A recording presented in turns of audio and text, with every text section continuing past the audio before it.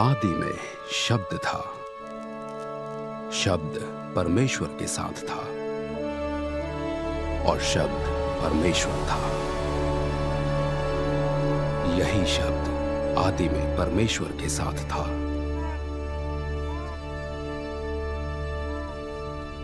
सारी सृष्टि उनके द्वारा उत्पन्न हुई। सारी सृष्टि में कुछ भी उनके बिना उत्पन्न नहीं हुआ। जीवन उन्हीं में था और वो जीवन मानव जाति की ज्योति था। वो ज्योति अंधकार में चमकती रही, अंधकार उस पर प्रबल ना हो सका।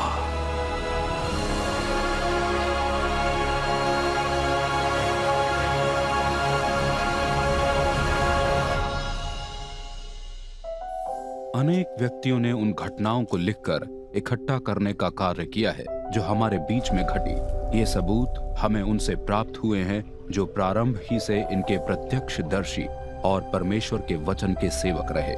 मैंने स्वयं हर एक घटनाओं की शुरुआत से सावधानी पूर्वक जांच की है।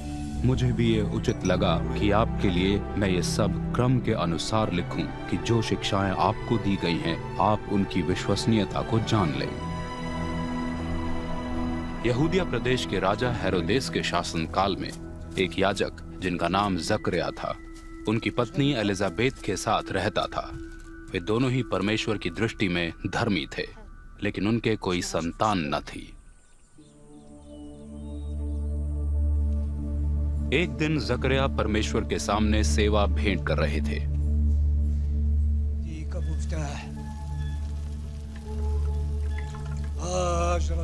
तभी जकरिया के सामने प्रभु का एक स्वर्गदूत प्रकट हुआ और उनसे कहा कि मत डरो, और यह भी कहा कि तुम्हारी प्रार्थना सुन ली गई है। एलिजाबेथ एक पुत्र जनेगी और उन्हें उसका नाम योहन रखना होगा। जकरिया ने इस पर संदेह किया क्योंकि वो और उसकी पत्नी दोनों काफी बूढ़े थे। इसलिए स्वर्गदूत ने उससे कहा कि उसने उस वचन पर विश्वास नहीं किया, इसलिए जकरिया गूंगा बना रहेगा और कुछ बोल नहीं सकेगा। जब जकरिया मंदिर से लौटा तो वो किसी से भी बातें नहीं कर पा रहा था।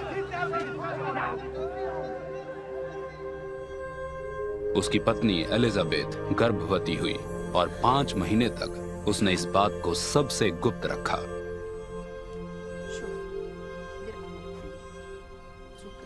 प्रभु ने मुझ पर यह कृपा दृष्टि की है और समूह में मेरी लज्जित स्थिति से मुझे उभार लिया है। छठे माह में स्वर्गदूत गब्रियल को परमेश्वर द्वारा गलील प्रदेश के नाजरत नामक नगर में एक कुंवारी कन्या के पास भेजा गया, जिसका विवाह योसेफ नामक एक पुरुष से होना निश्चित हुआ था। योसेफ राजा दाविद के वंशज थे।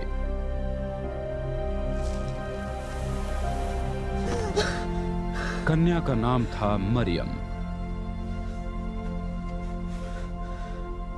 मरियम को संबोधित करते हुए स्वर्गदूत ने कहा, प्रभु की कृपा पात्री नमस्कार, प्रभु आपके साथ हैं। इस कथन को सुन वो बहुत ही घबरा गईं कि इस प्रकार के नमस्कार का क्या अर्थ हो सकता है। स्वर्गदूत ने उनसे कहा, मत डरिए मरियम, क्योंकि आप परमेश्वर की कृपा की पात्र हैं। सुनिए, आप गर्भ धारण कर एक पुत्र को जन्म देंगी। आप उनका नाम यीशु रखें। वो महान होंगे, परम प्रधान के पुत्र कहलाएंगे और प्रभु परमेश्वर उन्हें उनके पूर्वज दाविद का सिंहासन सौंपेंगे। वे याकूब के वंश पर हमेशा के लिए राज्य करेंगे तथा उनके राज्य का अंत कभी ना होगा। मरियम ने स्वर्गदूत से प्रश्न किया, ये कैसे संभव होगा, क्योंकि मैं तो कुंवारी हूँ। स्वर्गदूत ने उत्तर दिया, पवित्र आत्मा आप पर उतरेंगे तथा परम प्रधान का सामर्थ्य आप पर छाया करेगा। इसलिए जो जन्म लेंगे वो पवित्र और परमेश्वर पुत्र कहलाएंगे। और ये भी सुनिए, आपकी परिजन एलिजाबेथ ने अपनी वृद्धावस्था में एक पुत्र गर्भ धारण किया है। वो जो बांझ कहलाती थीं, उन्हें 6 माह का गर्भ है। परमेश्वर के लिए असंभव कुछ भी नहीं। मरियम ने कहा, देखिए मैं प्रभु की दासी हूँ, मेरे लिए वही सब हो जैसा आपने कहा है। तब वो स्वर्गदूत उनके पास से चला गया। मरियम तुरंत यहूदिया प्रदेश के पर्वतीय क्षेत्र के एक नगर को चली गई। वहां उन्होंने जकरिया के घर पर जाकर एलिजाबेथ को नमस्कार किया। जैसे ही एलिजाबेथ ने मरियम का नमस्कार सुना, उनके गर्भ में शिशु उछल पड़ा और एलिजाबेथ पवित्र आत्मा से भर गईं। वो उल्लसित शब्द में बोल उठी, तुम सभी नारियों में धन्य हो और धन्य है तुम्हारे गर्भ का फल। मुझ पर ये कैसी कृपा दृष्टि हुई है जो मेरे प्रभु की माता मुझसे भेंट करने आई हैं। देखो तो, जैसे ही तुम्हारा नमस्कार मेरे कानों में पड़ा, हर्षोल्लास से मेरे गर्भ में शिशु उछल पड़ा। धन्य है वो जिसने प्रभु द्वारा कही हुई बातों के पूरा होने का विश्वास किया है। कुछ महीनों के बाद एलिजाबेथ ने एक पुत्र को जन्म दिया।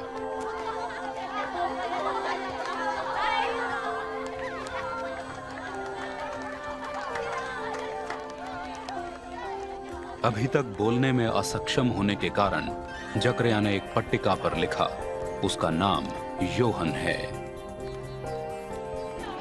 उसी क्षण उनकी आवाज लौट आई, उनकी जीभ के बंधन खुल गए और वो परमेश्वर का स्तुति करने लगे। जिन्होंने ये सुना, उन्होंने इसे याद रखा और ये विचार करते रहे, क्या होगा ये बालक? निस्संदेह प्रभु का हाथ उस बालक पर था।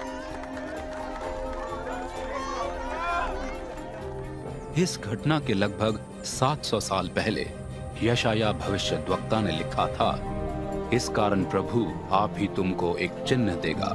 सुनो, एक कुमारी गर्भवती होगी और पुत्र जनेगी और उसका नाम इमैनुएल रखेगी। यशाया ने यह भी लिखा, परमेश्वर पुत्र यीशु मसीह के सुसमाचार का आरंभ है। तुम्हारे पूर्व मैं अपना एक दूत भेज रहा हूं जो तुम्हारा मार्ग तैयार करेगा। जंगल में पुकारने वाले की आवाज है, प्रभु का मार्ग तैयार करो, उनके रास्ते सीधे और समतल करो।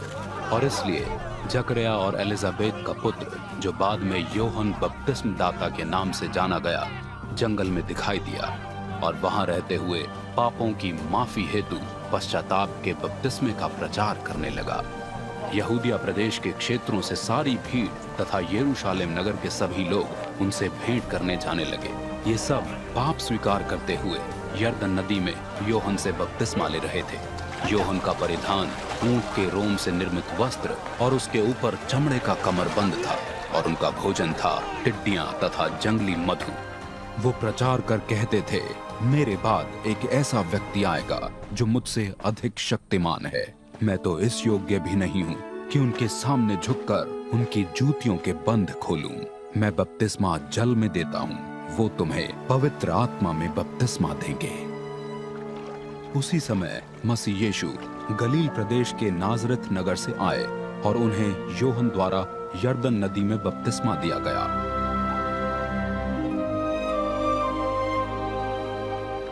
जब मसीह यीशु जल से बाहर आ रहे थे, उसी क्षण उन्होंने आकाश को खुलते तथा आत्मा को, जो कबूतर के समान था, अपने ऊपर उतरते हुए देखा और स्वर्ग से निकला एक शब्द भी सुनाई दिया, तुम मेरे पुत्र हो, मेरे प्रिय, तुमसे मैं अति प्रसन्न हूँ।